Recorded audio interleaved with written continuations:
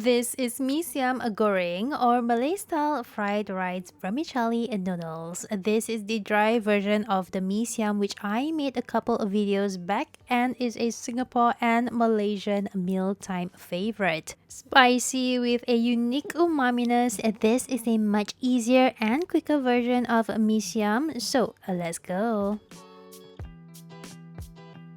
So if you've seen my Mee Siam video, you know how this works. Basically, this is rice vermicelli or Bee Hoon noodles. If your vermicelli comes in a big block like this, you want to portion out to just what you need and also make a huge mess along the way. Pour hot water all over it and let that soak for about 15 minutes to rehydrate.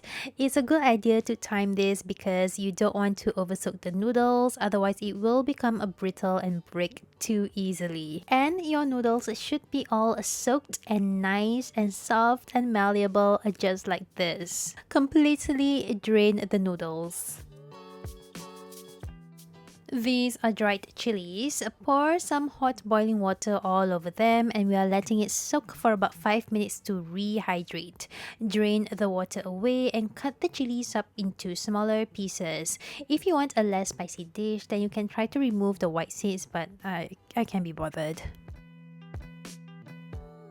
To another bowl, I have some dried shrimps here. Give this a quick rinse underwater and then pour the hot water over the dried shrimps as well. This will help to soften it and again a mix for easier blending. And get your blender out and add the soaked dried chilies in, along with some chopped onions, garlic, and finally the dried shrimps. You can toss in the shrimpy water by the way into the blender, that's all a flavor. Give all of that a good whirl in the blender and you should be able to get this nice paste going. Keep this to one side. This is Taucu or Taucheo. This is salted soybeans. It comes in a jar like this usually. Now this gives the Mee Siam that distinct salty umami flavor. It's really not the same without. I'm going to lightly mash the soybeans so you get a rough paste like this. You can just use a fork in it, but I like to use my pestle. You can actually blend this along in the previous step as well, but I personally love seeing the chunks of the soybeans in my noodles. This is just the way my mom makes it. Anyway, once you have something that looks like this, you want to keep this to one side. Okay, and we are ready to cook. To a pan, add some oil and once it's hot, add the blended chili paste.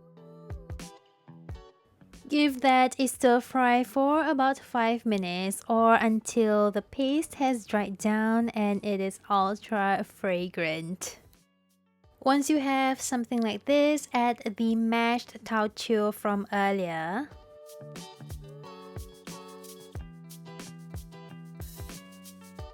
Next, toss in your proteins of choice. Today I have some thinly sliced beef as well as some prawns here.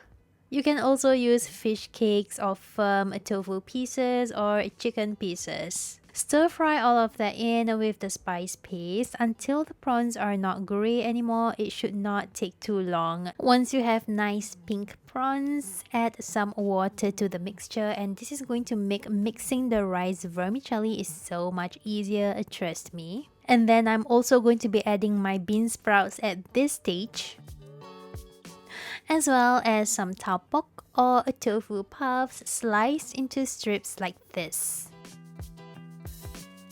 Season this with some sugar as well as some salt, but not too much salt because the taucheo is already salty. You know what? Sometimes I don't even need to add salt.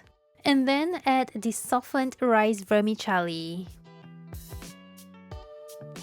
Toss the noodles through the sauce to get everything evenly coated. This will take some arm muscles and if you have none like me, then you want to use 2 spatulas to toss the noodles through, or you can also use a pair of tongs like I am right here.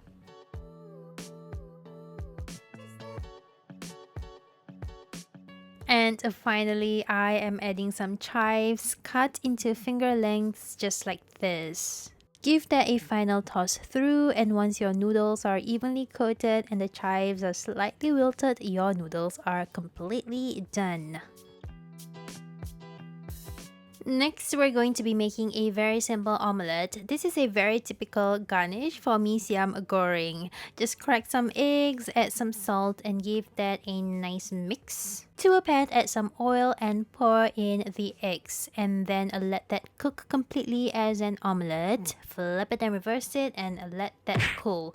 It's an omelette, okay? I don't think I need to tell you how to cook a basic omelette. Anyway, once your omelette is fully cooked, you want to roll it kind of like this, and I like to use a pair of scissors because it's a lot easier, and just cut it like so that you will end up with these fun strips that you can kind of spiral, and then you want to top that all over your noodles and make it look pretty and aesthetic. And your fried mee siam or mee siam goreng is officially done.